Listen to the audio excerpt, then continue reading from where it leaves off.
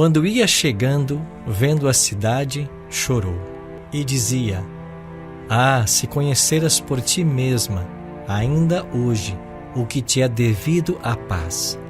Mas isso está agora oculto aos teus olhos. Pois sobre ti virão dias em que os teus inimigos te cercarão de trincheiras e por todos os lados te apertarão o cerco e te arrasarão a teus filhos dentro de ti. Não deixarão em ti pedra sobre pedra, porque não reconheceste a oportunidade da tua visitação.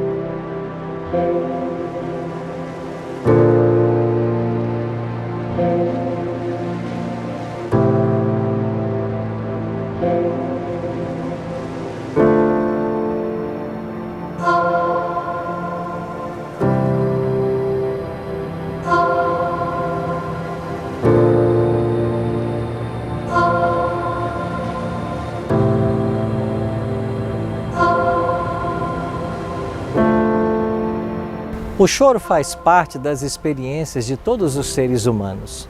Choramos ao nascer e há choro quando alguém morre.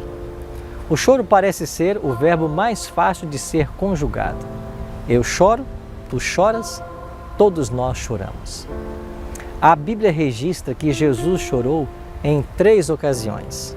Chorou diante da sepultura de Lázaro, a quem muito amava.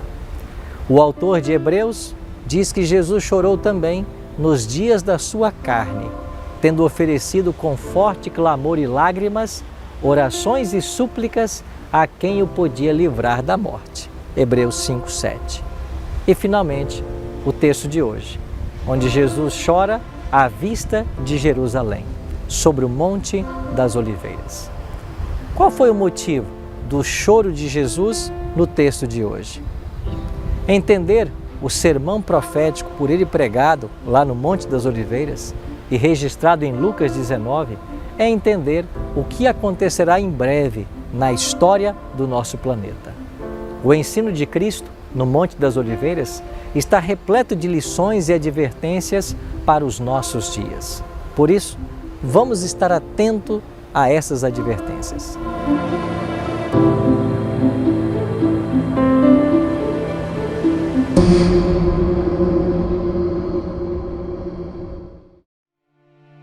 O povo de Israel celebrava 7 festas religiosas ao longo do ano. Eram elas a festa da Páscoa, a festa das primícias, dos pães asmos, do Pentecostes, das trombetas, da expiação e dos tabernáculos. O sermão profético proferido por Cristo em Lucas 19 ocorre por ocasião de uma destas festas, a festa da Páscoa.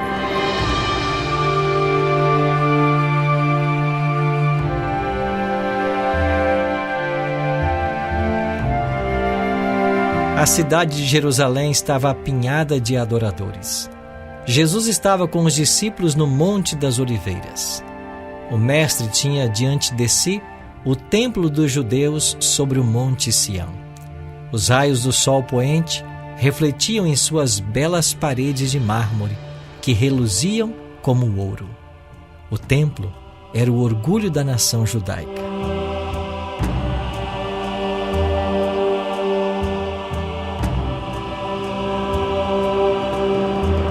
A mente de Cristo é agora ocupada com solenes pensamentos sobre o destino das nações. Quando Jesus entrou em Jerusalém, montado em um jumentinho, milhares de vozes o aclamaram rei. Mas agora estava oprimido por uma misteriosa tristeza. Ele, o Filho de Deus, o prometido de Israel, cujo poder vencera a morte e do túmulo chamara os seus cativos, estava em pranto, não em consequência de uma mágoa comum, senão de agonia intensa, irreprimível.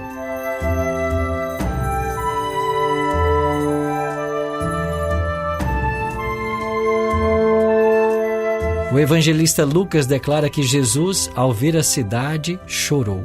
Suas lágrimas não eram por si mesmo sabendo que seus passos o levariam à morte, mas chorava pela sorte de milhares de pessoas, por causa da cegueira e impenitência daqueles que viera salvar. Jesus estava preocupado com o destino eterno das pessoas.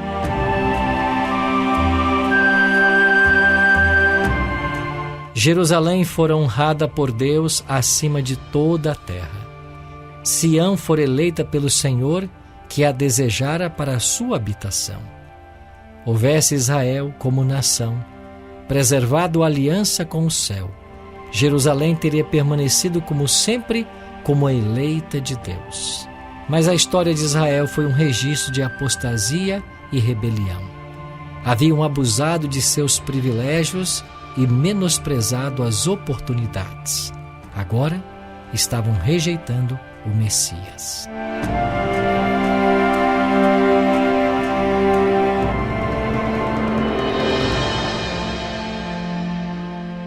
Em seu olhar profético, Cristo viu a condenação de uma cidade inteira, de toda uma nação. Sim, aquela cidade e nação que fora escolhida por Deus, seu tesouro peculiar. Sua visão abrangia o futuro. O seu olhar alcançou o ano 70 da nossa era. O local onde estava agora, o Monte das Oliveiras, mais tarde seria ocupado pelo general romano Tito e seu exército. E em visão profética, Jesus viu a chegada dos exércitos prontos para a guerra. Ouviu as vozes de mães e crianças que na cidade sitiada bradavam pedindo pão. Viu o templo sobre o Monte Sião, entregue às chamas, e no lugar onde ele se erguia, apenas um monte de ruínas fumegantes. Ellen G. White descreve sinais e prodígios que prenunciavam a grande destruição de Jerusalém. Ao meio da noite, uma luz sobrenatural resplandeceu sobre o templo e sobre o altar. Sobre as nuvens, ao pôr do sol, desenhavam-se carros e homens de guerra, reunindo-se para a batalha. Os sacerdotes que ministravam à noite lá no santuário aterrorizavam-se com sons misteriosos. A terra tremia, ouviam-se multidões de vozes a clamar: partamos daqui, partamos daqui. A grande porta oriental, tão pesada que dificilmente poderia ser fechada por 20 homens, achava-se segura por imensas barras de ferro fixas profundamente no pavimento da pedra sólida. Abriu-se à meia-noite, independente de qualquer agente visível. E durante 7 anos, um homem esteve a subir e a descer as ruas de Jerusalém, declarando entre as pessoas as desgraças que deveriam sobrevir àquela cidade. De dia e de noite ele clamava, uma voz do Oriente, uma voz do Ocidente, uma voz dos 4 ventos, uma voz contra Jerusalém e contra o templo, uma voz contra os noivos e as noivas, uma voz contra o povo. Esse ser estranho foi preso, açoitado, mas nenhuma queixa lhe escapou dos lábios. Aos insultos e maus tratos, respondia somente: ai de Jerusalém, ai dos habitantes dela. Seu clamor de aviso não cessou, senão quando foi morto no mesmo cerco que havia predito. Apesar de todas as advertências, os judeus não mostraram arrependimento. No ano 70 de nossa era, como Jesus havia predito, tanto a cidade como o templo foram arrasados, destruídos até os fundamentos. No cerco e morticínio que se seguiram, pereceram mais de 1 milhão de pessoas. Os sobreviventes foram levados como escravos, como tais, vendidos, arrastados a Roma para abrilhantar a vitória do vencedor. Estes foram lançados às feras nos anfiteatros ou dispersos por toda a terra como vagabundos sem lar.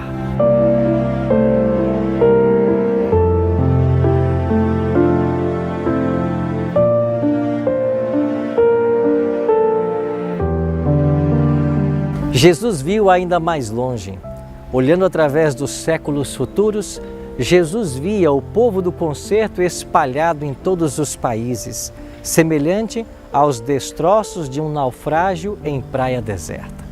Nos castigos prestes a cair sobre seus filhos, não via ele senão o primeiro gole daquela taça de ira que no juízo final deveriam esgotar até as fezes. Viu a história do pecado e sofrimento. Seu coração moveu-se de infinita compaixão pelos aflitos e sofredores da terra. Desejava muito aliviar o sofrimento de todos. Contudo, mesmo sua mão não poderia demover a onda das desgraças humanas. Ele estava disposto a derramar a alma na morte, a fim de colocar a salvação ao alcance de todos. Poucos, porém, viriam a ele para que pudessem ter vida.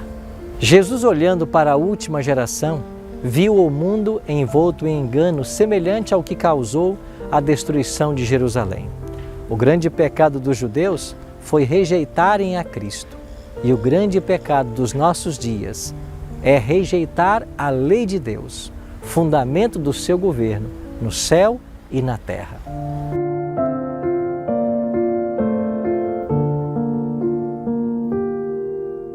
Cristo apresentou aos discípulos um esboço dos importantes acontecimentos que ocorreriam antes do final do tempo, antes da sua vinda. A profecia que ele proferiu lá no Monte das Oliveiras era dupla em seu sentido.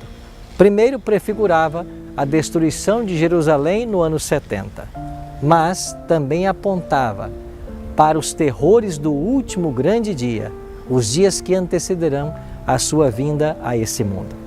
A profecia do Salvador, relativa aos juízos que deveriam cair sobre Jerusalém, há de ter outro cumprimento, do qual aquela terrível desolação não foi senão uma tênue sombra.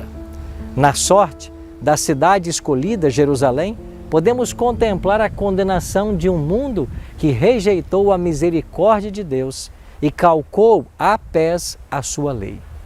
O mundo não está mais preparado para dar crédito à mensagem para esse tempo do que estiveram os judeus para receber o aviso de Jesus relativo à destruição iminente de Jerusalém.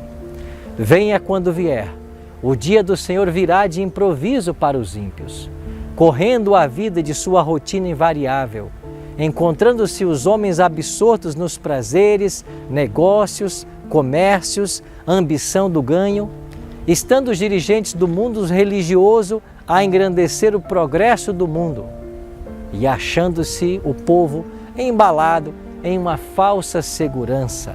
Então, como ladrão, à meia-noite, quando a casa é roubada sem que ninguém espere, sobrevirá assim a repentina destruição.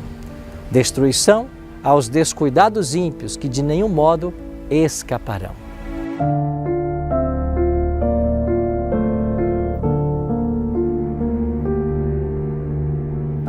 Mas, naquele dia, bem como na destruição de Jerusalém, Deus vai poupar o seu povo. Será livre todo aquele que tiver escrito no livro, de acordo com Isaías 4, verso 3. Ellen G. White declara que nenhum cristão pereceu na destruição de Jerusalém, pois quando o cerco se levantou e houve um tempo de trégua, este foi um sinal para que eles fugissem. E assim fizeram. De igual forma, o profeta Isaías declara que Deus poupará seu povo nos dias finais da história. Cristo então prometeu: e todas as tribos da terra se lamentarão, e verão o Filho do Homem vindo sobre as nuvens dos céus, com poder e grande glória. E ele enviará os seus anjos com grande clangor de trombetas, os quais ajuntarão seus escolhidos, desde os quatro ventos do céu, de uma a outra extremidade.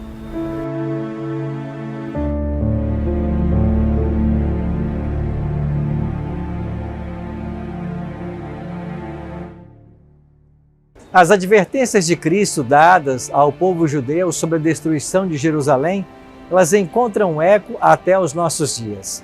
Vivemos um momento onde nos aproximamos também da destruição final desse mundo. E mais do que nunca, precisamos estar atentos às advertências e os sinais dados por Jesus. Primeiro deles, Jesus falou que surgiriam falsos profetas, que seduziriam a muitos. Hoje ouvimos muitas vozes dissonantes, pessoas ensinando aquilo que não está na palavra de Deus. Jesus também falou que o amor se esfriaria de quase todos. E hoje nós percebemos uma perda pelo interesse das coisas espirituais. Cada vez mais as pessoas estão preocupadas com o seu dia a dia, com os interesses pessoais, com as coisas materiais, e muitas vezes o reino dos céus vai ficando em segundo plano. Jesus falou também dos sinais no sol, na lua e nas estrelas. Todos esses sinais já aconteceram, já fazem parte do cenário histórico. Aguardamos agora apenas o momento glorioso em que Jesus aparecerá nas nuvens dos céus. E hoje nós precisamos de uma experiência com Deus, de um preparo que muitos de nós não possuímos.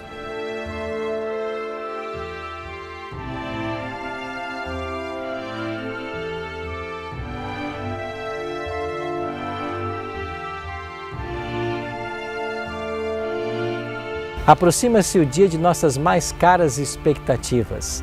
Veremos Jesus voltar em glória e majestade.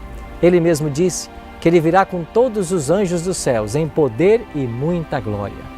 Apocalipse 1,7 declara que Ele virá com as nuvens e todo o olho o verá. Que preparo você precisa fazer para estar de pé naquele dia? Ellen G. White escreveu: já ouvimos os passos de um Deus que se aproxima. Tome agora as decisões que você precisa tomar para estar de pé no glorioso dia do Senhor.